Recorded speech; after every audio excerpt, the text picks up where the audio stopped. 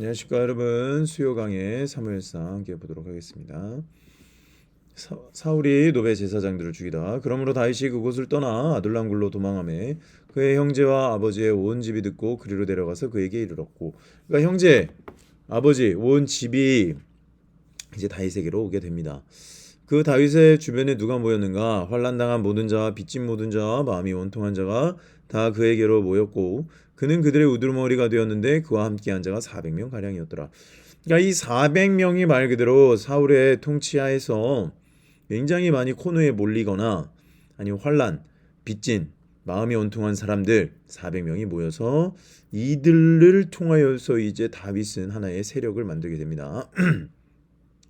다윗이 거기서 모압 미스베로 가서 모압 왕에게 이르되, 하나님이 나를 위하여 어떻게 하실지를 내가 알기까지 나의 부모가 나와서 당신들과 함께 있게 하기를 청하나이다 하고 부모를 인도하여 모압 왕 앞에 나아갔더니 그들은 다윗이 요새에 있을 동안에 모압 왕과 함께 있었더라. 선지자 갓이 다윗에게 이르되, 너는 이 요새에 있지 말고 떠나 유다 땅으로 들어가라. 다윗이 떠나 헤렛 숲풀에 이르니라.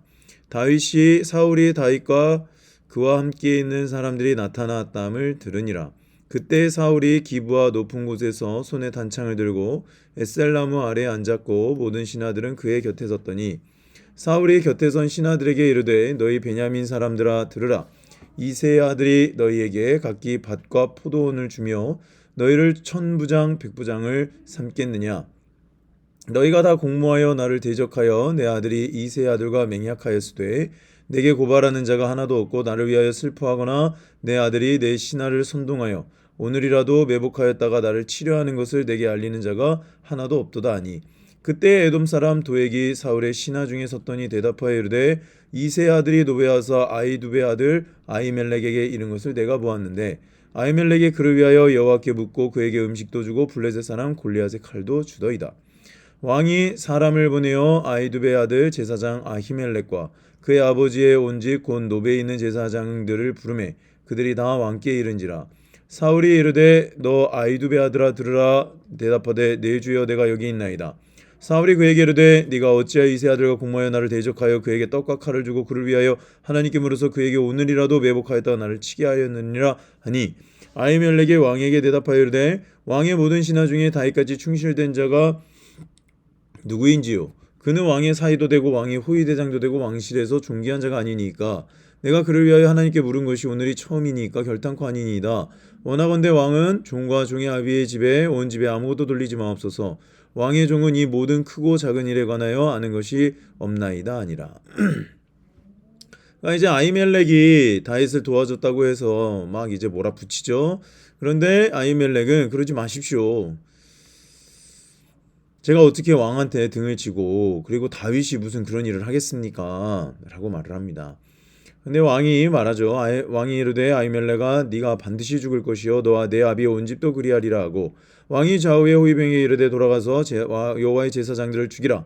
그들도 다윗과 협력하였고 또 그들이 다윗이 도망한 것을 알고도 내게 알리지 아니하였음이니라 하나, 왕의 신하들이 손을 들어 여호와의 제사장 죽이를 싫어한지라. 왕이 도에게 이르되, 너는 돌아가서 제사장을 죽이라 하며 에돔 사람들에게 돌아가서 제사장들을 쳐서 그날의 세마포 에봇 입은 자 85명을 죽였고 제사장들의 성읍 노베의 남녀 아이들과 젖먹는 자들과 소환하기 양을 칼로 쳤더라. 아히두베 아들 아히멜렉의 아들 중 하나가 피하였으니 그의 이름은 아비아달이라. 그가 도망하여 다윗에게로 와서 사울이 여호와의 제사장들을 죽인 일을 다윗에게 알림해 다윗이 아비아달에게 이르되, 그날의 애굽 사람 도액이 거기 있기로 내가 반드시 사울에게 말할 줄 내가 알았노라. 내 아버지의 집에 모든 사람 죽은 것이 나의 탓이로다. 두려움하지 말고 내게 있으라. 내 생명을 찾는 자가 내 생명도 찾는 자니 네가 나와 함께 있으면 안전하리라 아니라. 다 죽여버리는 거죠. 85명이나 되는 세마포 에봇 입은 사람들 다 죽여버리는 것입니다. 참 사울이요, 이 보면 노베 남녀 아이들 젖먹는 자 소 나귀 양을 칼로 쳤더라. 그러니까 자기의 목적을 위해서는 이렇게 다 죽였었잖아요. 근데 앞에 보면 우리가 나왔죠. 아말렉 족속들의 모든 것들을 죽이라고 할 때는 이 나귀와 살찐 양은 다 놔뒀잖아요. 그러니까 자기의 목적을 위해서는, 자기의 분풀이를 하기 위해서는 이렇게 다 죽이지만 하나님의 순종할 때는 이것들을 놔둔다는 거죠. 그러니까 하나님을 순종하지 않은 사람들은요 결국에 이런 모습들이 드러날 수밖에 없는 것입니다. 이것은 정말 큰 죄죠. 어떻게 제사장들, 하나님을 섬기는 사람들이 이렇게 다 죽일 수 있습니까?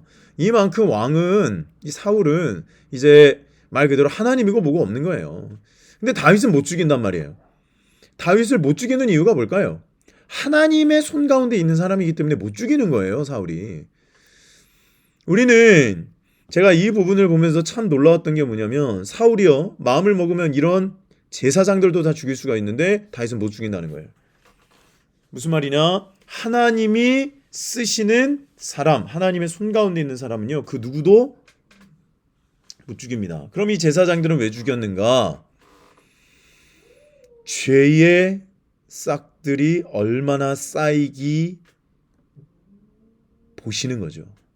이 죄의 탑들이 얼마나 쌓여가는지, 하나님을 대적했는지 쌓아가는 것을 보여주시는 겁니다.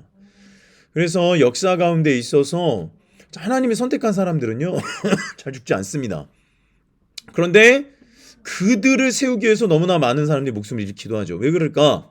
하나님께서 하시고자 하는 일에 있어서 희생이 있지만 하나님이 쓰시고자 하는 사람은 끝까지 세우시는 이런 하나님의 섭리를 이해하지 못하면 받아들일 수 없는 모습들이 분명히 일어난다는 것입니다. 이건 역사 가운데 언제나 그랬어요. 리더십 한 사람을 살리고 리더십을 통해서 나라를 뒤집기 위해서 굉장히 많은 사람들이 희생되지만 그 리더십이 끝까지 살아있는 경우들이 있습니다. 왜 그럴까? 하나님께서 이 리더를 통해서 하시고자 하는 일이 있고 그가 세워지기까지의 그 헌신들, 여정들을 통하여서 대적들의 죄를 쌓아두시는 거예요. 그리고 그걸로 완전한 심판을 하시는 분이 우리 하나님이시다.